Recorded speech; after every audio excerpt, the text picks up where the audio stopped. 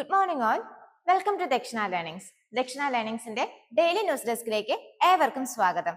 ഇന്നത്തെ പ്രധാനപ്പെട്ട ഹെഡ്ലൈൻസ് ഏതൊക്കെയാണെന്ന് നമുക്ക് നോക്കാം. First one, top court to here.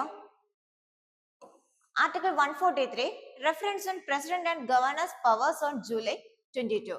അതായത് സ്റ്റേറ്റ് ബിൽസുമായി റിലേറ്റ് ചെയ്തിട്ടുള്ള പ്രസിഡന്റിന്റെ ഗവർണറുടെ ഒക്കെ പവേഴ്സും കാര്യങ്ങളും ഒക്കെ സുപ്രീം കോർട്ട് ഹിയർ ചെയ്യാൻ, കോൺസ്റ്റിറ്റ്യൂഷണൽ ബെഞ്ച് ക്രിയേറ്റ് ചെയ്ത് ഹിയർ ചെയ്യാൻ തീരുമാനിച്ചിട്ടുണ്ടായിരുന്നു. അതിനെക്കുറിച്ചുള്ള ന്യൂസ് ആണത്. And second one, BRICS forum seek equitable sharing of artificial intelligence benefits. അതായത് 7th ബ്രിക്സിന്റെ മീഡിയ ആൻഡ് തിങ്ക് ടാങ്ക് ഫോറത്തിന്റെ മീറ്റിംഗ് റിയോയിൽ കഴിഞ്ഞിട്ടുണ്ടായിരുന്നു. സോ അതിൽ ആർട്ടിഫിഷ്യൽ ഇന്റലിജൻസിന്റെ ഫോക്കസ് ഏരിയാസും കാര്യങ്ങളും ഒക്കെയായിരുന്നു ഡിസ്കസ് ചെയ്തിട്ടുണ്ടായിരുന്നത്. അതിനെക്കുറിച്ചാണ് ആ ഒരു ആർട്ടിക്കിൾ നമുക്ക് കാണാൻ സാധിക്കുന്നത്. And third one, BioEmu sketches the moving picture of protein structures. അതായത് ട്രഡീഷണൽ മോളിക്കുലർ ഡൈനാമിക്സിന്റെ ലിമിറ്റേഷൻസ് മറികടന്നുകൊണ്ട് എങ്ങനെ പ്രോട്ടീനെ എഫക്റ്റീവായിട്ട് അതിന്റെ സ്ട്രക്ചർ ആയാലും മോഷൻസ് ആയാലും ഒക്കെ പഠിക്കാന്നുള്ളതാണ് ബയോഎംഒ കൊണ്ട് ഉദ്ദേശിക്കുന്നത്. സോ ഇനി ഓരോ ന്യൂസും നമുക്ക് വളരെ ഡീറ്റെയിൽ ആയിട്ട് ഡിസ്കസ് ചെയ്ത് പോവാം. First one, top court to hear. Article 143 reference on president and governors powers on July 22. അതായത് സ്റ്റേറ്റ് ബിൽസുമായിട്ട് റിലേറ്റ് ചെയ്ത് വരുന്ന ആർട്ടിക്കിൾസും മറ്റുമൊക്കെ അതിന്റെ പവേഴ്സും കാര്യങ്ങളും ഒക്കെ മനസ്സിലാക്കാനായിട്ട് പ്രസിഡന്റ് ആയാലും അതിനൊക്കെ തന്നെ ഗവർണറിന്റെ പവേഴ്സും കാര്യങ്ങളും ഒക്കെ എങ്ങനെയൊക്കെ കൂടുതൽ എഫക്റ്റീവ് ആയിട്ട് യൂസ് ചെയ്യാം എന്നുള്ള രീതിയിൽ supreme court constitutional bench create ചെയ്തിട്ടുണ്ടായിരുന്നു. അതിനെക്കുറിച്ചാണ് ഈ ഒരു ആർട്ടിക്കിളിൽ പറയുന്നത്. So presidential reference under article 143 ഇതിൽ ക്ലാരിഫിക്കേഷൻസ് എന്ന് പറയുന്നത് ജുഡീഷ്യറിക്ക് എങ്ങനെ ടൈം ലൈൻസ് ഇമ്പോസ് ചെയ്യാൻ പറ്റും. അതായത് പ്രസിഡന്റിനായാലും ഗവർണർക്കായാലും ആർട്ടിക്കിൾ 200 ആയാലും അതേണക്ക് തന്നെ 201 സ്റ്റേറ്റ് ബിൽസിന്റെ കാര്യത്തിൽ ആർട്ടിക്കിൾ 200 എങ്ങനെ യൂസ് ചെയ്യാം, ആർട്ടിക്കിൾ 201 എങ്ങനെ യൂസ് ചെയ്യാം എന്നുള്ളതിൽ എങ്ങനെ ടൈം ലൈൻസ് വളരെ എഫക്റ്റീവ് ആയിട്ട് സുപ്രീം കോർട്ടിന് അല്ലെങ്കിൽ ജുഡീഷ്യറിക്ക് ഇമ്പോസ് ചെയ്യാൻ സാധിക്കും എന്നുള്ളതാണ് ഒന്നാമത്തെ ചോദ്യം. അതേണക്ക് തന്നെ ആർട്ടിക്കിൾ 142ന്റെ വാലിഡിറ്റിയും സ്കോപ്പും എത്രത്തോളം ഉണ്ട് എന്നുള്ളത് മനസ്സിലാക്കാനും കൂടിയാണ് സുപ്രീം കോർട്ട് ഈ ഒരു കോൺസ്റ്റിറ്റ്യൂഷണൽ ബെഞ്ച് ക്രിയേറ്റ് ചെയ്തിട്ടുള്ളത്. സോ ഇതിൽ എന്തൊക്കെ കോൺസ്റ്റിറ്റ്യൂഷണൽ പ്രൊവിഷൻസ് ആണ് ഇൻവോൾവ്ഡ് ആയെന്ന് നമുക്ക് നോക്കാം. ഫസ്റ്റ് വൺ, ആർട്ടിക്കിൾ 143 അതായത് advisory jurisdiction of the president ആണ് സുപ്രീം കോർട്ടുമായിട്ട് സീക്കാനുള്ള ആർട്ടിക്കിൾ ആണ് ഈ പറയുന്ന ആർട്ടിക്കിൾ 143. എന്തെങ്കിലും പബ്ലിക് ഇമ്പോർട്ടൻസ് ആയിട്ടുള്ള ക്വസ്റ്റ്യൻസ് വരുമ്പോൾ അതിൽ പബ്ലിക് ഇമ്പോർട്ടൻസ് ആയിട്ടുള്ള ഇഷ്യൂസും കാര്യങ്ങളും ഒക്കെ വരുമ്പോൾ അതിൽ എത്രത്തോളം ലീഗൽ ക്വസ്റ്റ്യൻസ് ഉണ്ട് അതിനൊരു ക്ലാരിഫിക്കേഷന് വേണ്ടിയിട്ടുള്ളതാണ് ഈ പറയുന്ന ആർട്ടിക്കിൾ 143. ദെൻ ആർട്ടിക്കിൾ 200 അതായത് ഒരു ബില്ല് പ്രസന്റ് ചെയ്യുമ്പോൾ ഗവർണറുടെ ഓപ്ഷൻസ് ആണ് ഈ പറയുന്ന ആർട്ടിക്കിൾ 200 ഉള്ളത്. അസെന്റ് കൊടുക്കണോ അതോ വിത്ത്ഹോൾഡ് ചെയ്യണോ, അതുപോലെ തന്നെ പ്രസിഡന്റ് കൺസിഡറേഷന് വേണ്ടിയിട്ട് റിസർവ് ചെയ്യണോ, ഇങ്ങനെ ഈ 3 തലങ്ങളും മെൻഷൻ ചെയ്യുന്നത് ഈ പറയുന്ന ആർട്ടിക്കിൾ 200 ദെൻ ആർട്ടിക്കിൾ 201 അതായത് ഗവർണർ റിസർവ് ചെയ്ത ബില്ലുകളിൽ പ്രസിഡന്റ് പവേഴ്സ് എത്രത്തോളം ഉണ്ട് എന്ന് കാണിക്കുന്നത് ഈ പറയുന്ന ആർട്ടിക്കിൾ 201 ആണ്. ദെൻ ആർട്ടിക്കിൾ 142 അതായത് സുപ്രീം കോർട്ടിന്റെ കംപ്ലീറ്റ് ജസ്റ്റിസ് എന്ന കാര്യം വരുന്നത് ഈ പറയുന്ന ആർട്ടിക്കിൾ 142 സോ എന്തുകൊണ്ട് ഇത്രയും പെട്ടെന്ന് ഇങ്ങനെ ഒരു സുപ്രീം കോർട്ടിന്റെ ഭാഗത്ത് നിന്ന് ഒരു മൂവ് ഉണ്ടായി? അതായത് തമിഴ്നാട് ഗവർണർ അവിടുത്തെ സ്റ്റേറ്റ് പാസ് ചെയ്ത അല്ലെങ്കിൽ റീപാസ് ചെയ്ത 10 ബില്ലുകൾ വീണ്ടും ഡിലേ ചെയ്യുന്ന ഒരു സ്റ്റേറ്റ് വന്നിട്ടുണ്ടായിരുന്നു. സോ ഗവർണർ ആയാലും സ്റ്റേറ്റ് ആയാലും ഒക്കെ ഉള്ള ഒരു റിലേഷൻ വളരെ അധികം മോശമാകുന്ന ഒരു സ്റ്റേറ്റ് കടന്നു പോയിട്ടുണ്ടായിരുന്നു. അതിനെ തുടർന്നായിരുന്നു സുപ്രീം കോർട്ട് ഇങ്ങനെ ഒരു കാര്യം മുന്നിട്ട് വെച്ചിട്ടുണ്ടായിരുന്നത്. ദെൻ പ്രിലിംസിന്റെ റെലവൻസ് എത്രത്തോളമാണ് ഈ ന്യൂസിലുള്ളതെന്ന് നോക്കാം. ആർട്ടിക്കിൾ 143, 142, 200 ആൻഡ് 201 ഇത്രയും ആർട്ടിക്കിൾ ഈ ഒരു ന്യൂസിൽ വളരെ അധികം ഇമ്പോർട്ടന്റ് ആണ്.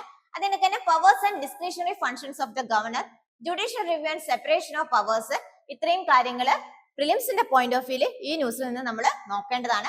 ആൻഡ് മെയിൻസിന്റെ പോയിന്റ് ഓഫ് വ്യൂല് വരുമ്പോൾ balance of power between constitution authorities and the governance, role and accountability of governors in federal structure ഇത്രയും കാര്യങ്ങളിൽ മെയിൻസിന്റെ പോയിന്റ് ഓഫ് വ്യൂലും ഈ ന്യൂസിന് പ്രാധാന്യമുണ്ട്.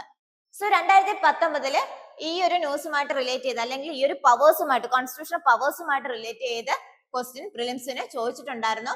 വിത്ത് reference to the constitution of India, prohibitions or limitations or provisions contained in ordinary laws cannot act as prohibitions or limitations on the constitutional powers under Article 142. It could mean which one of the following? Option A, the decisions taken by the Election Commission of India while discharging its duties cannot be challenged in any court of law. The Supreme Court in India is not constrained in the exercise of its powers by the laws made by Parliament. In the event of a grave financial crisis in the country, the President of India can declare a financial emergency without the counsel from Cabinet. And option D, state legislatures cannot make laws on certain matters without the concurrence of the Union Legislature. എന്നിങ്ങനെ article 142 കുറിച്ച് വളരെ detail ആയിട്ട് പ്രിലിംസിന് മുന്നേയും question വന്നിട്ടുണ്ടായിരുന്നു. അതേപോലെ തന്നെ 2018 UPSCയുടെ മെയിൻസിനും whether the Supreme Court judgment can settle the political tussle between the Lieutenant Governor and the elected government of Delhi examine എന്ന രീതിയിൽ അന്നത്തെ ഒരു കോണ്ടെക്സ്റ്റുമായിട്ട് റിലേറ്റ് ചെയ്തും ക്വസ്റ്റ്യൻ വന്നിട്ടുണ്ടായിരുന്നു. സോ ഈ ഒരു ന്യൂസിൽ നിന്ന് നമുക്ക് എങ്ങനെ ഒരു മെയിൻസിന്റെ ക്വസ്റ്റ്യൻ എക്സ്പെക്ട് ചെയ്യാൻ നോക്കാം. Can Article 142 of the Indian Constitution be used to substitute or override the substantive constitutional provisions in the name of complete justice, critically examined in light of recent judicial interpretation? എന്നിങ്ങനെ നമുക്ക് വേണമെങ്കിൽ question ഈ ഒരു ന്യൂസിൽ നിന്ന് പ്രതീക്ഷിക്കാവുന്നതാണ്.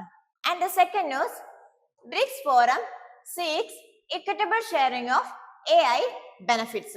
അതായത് 7th ബ്രിക്സിന്റെ media and think tank forum meeting റിയോയിൽ കഴിഞ്ഞിട്ടുണ്ടായിരുന്നു. സോ അതിന്റെ ഫോക്കസ് ഏരിയാസും കാര്യങ്ങളും എങ്ങനെയാണ്, അതിന്റെ ലിമിറ്റേഷൻസും അല്ലെങ്കിൽ അതിന്റെ എന്തൊക്കെയാണ് കൺസേൺസും കാര്യങ്ങളൊക്കെയാണ് നമ്മൾ ഈ ഒരു ന്യൂസിൽ നോക്കുന്നത്. 250 ഡെലിഗേറ്റ്സോളം പാർട്ടിസിപ്പേറ്റ് ചെയ്തിട്ടുണ്ടായിരുന്നു. അതായത് 36 കൺട്രീസിൽ നിന്ന് 250 ഡെലിഗേറ്റ്സിലധികം പാർട്ടിസിപ്പേറ്റ് ചെയ്തിട്ടുണ്ടായിരുന്നു. അതിൽ media, think tanks, government agencies, enterprises തുടങ്ങിയ ആൾക്കാരെയൊക്കെ റെപ്രസെന്റ് ചെയ്തിട്ടുണ്ടായിരുന്നു. സോ മേജർ ഡിസ്കഷൻ എന്ന് പറയുന്നത് ആർട്ടിഫിഷ്യൽ ഇന്റലിജൻസിന്റെ റെഗുലേഷൻ, അതിനൊക്കെ south south cooperation, balanced representation of global south narratives, അതൊക്കെയായിരുന്നു ഇത്തവണത്തെ ഈ പറഞ്ഞ 7th media and think tank forum സബ്മിറ്റിൽ നമുക്ക് കാണാൻ സാധിച്ചിട്ടുണ്ടായിരുന്നത്. സോ എന്താണ് ഈ പറയുന്ന ബ്രിക്സ്? ബ്രിക്സ് എന്ന് പറയുന്നത് 11 കൺട്രീസിന്റെ ഗ്രൂപ്പാണ്. അതായത് Brazil, Russia, India, China, south Africa, Saudi Arabia, Egypt, UAE, Ethiopia, Indonesia and Iran. ഇത്രയും കൺട്രികളുടെ ഗ്രൂപ്പിങ്ങിനെയാണ് നമ്മൾ ബ്രിക്സ് എന്ന് പറയുന്നത്. മീഡിയ തിങ്ക് ടാങ്ക് അർജ് ചെയ്യേണ്ട കാര്യങ്ങൾ എന്ന് പറയുന്നത് ഗ്ലോബൽ സൗത്ത് സ്റ്റോറീസ് മൾട്ടിപ്പിൾ ലാംഗ്വേജിൽ പ്രൊമോട്ട് ചെയ്യണം. അതേപോലെ തന്നെ വെസ്റ്റേൺ ഡോമിനേറ്റഡ് ആയിട്ടുള്ള മീഡിയ നറേറ്റീവ്സിനെ കൗണ്ടർ ബാലൻസ് ചെയ്യാനും നമുക്ക് സാധിക്കണം.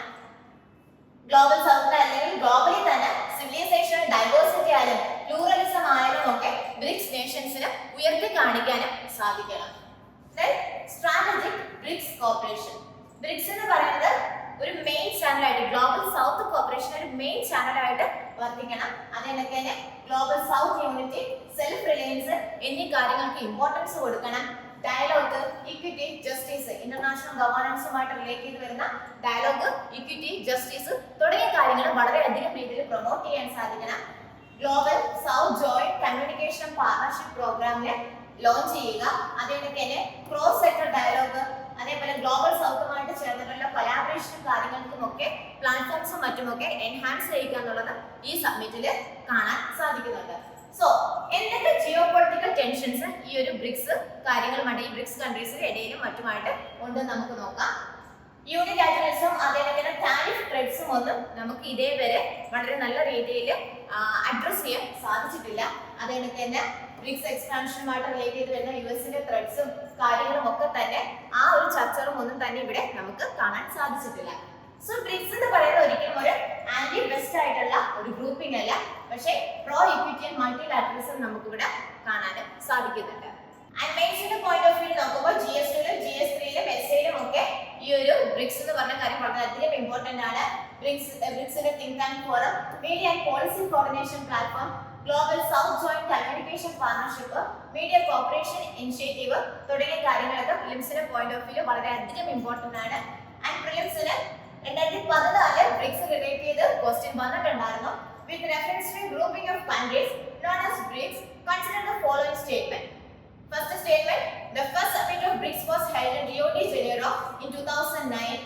Second statement, South Africa was the last to join the BRICS grouping. Which of the statement given above is correct?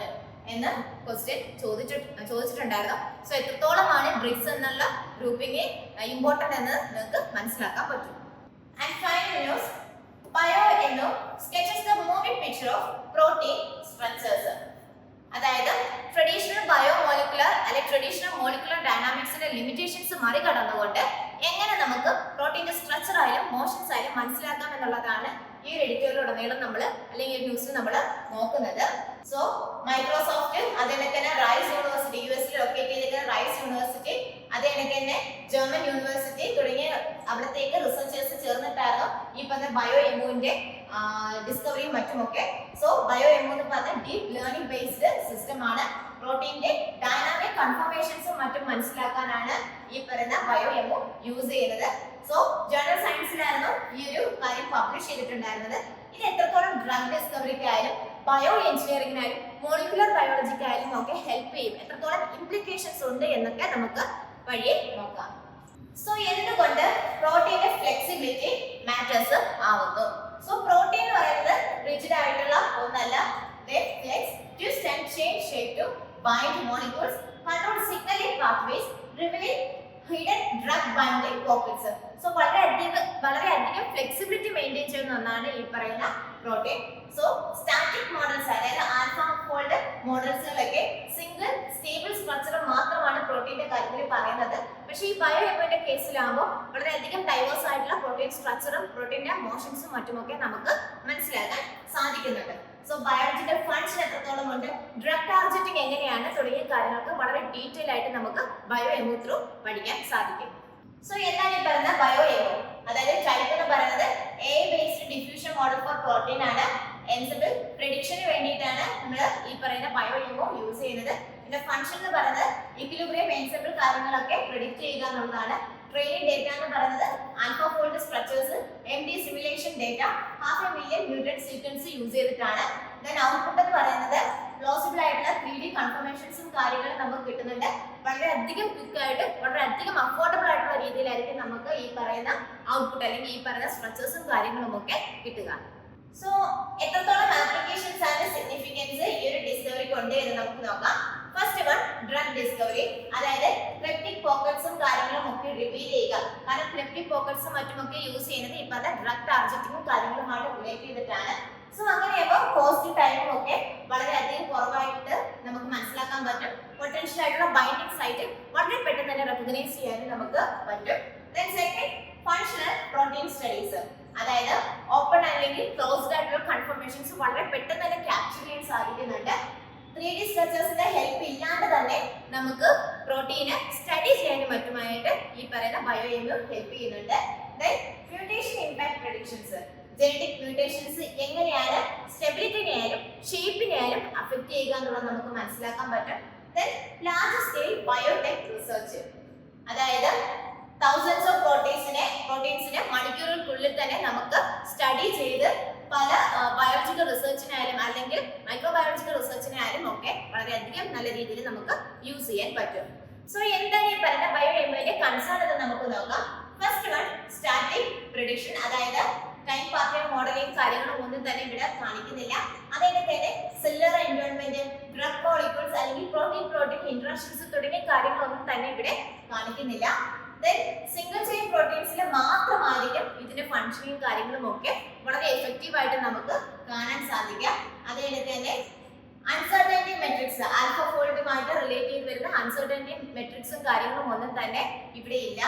So വളരെയധികം experimental ആയിട്ടുള്ള കോംപ്ലിമെന്ററി ആയിട്ടുള്ള വാലിഡേഷനും കാര്യങ്ങളും ഒക്കെ ഈ ഒരു സ്ട്രക്ചറിനും അല്ലെങ്കിൽ ഈ ഒരു ബയോ എമുമായിട്ട് റിലേറ്റ് ചെയ്തതിന്റെ ആവശ്യകത ഉണ്ട് എന്നുള്ളതാണ് നമുക്ക് ഈ ഒരു ആർട്ടിക്കിളിൽ നിന്ന് മനസ്സിലാക്കാൻ സാധിക്കുന്നത്.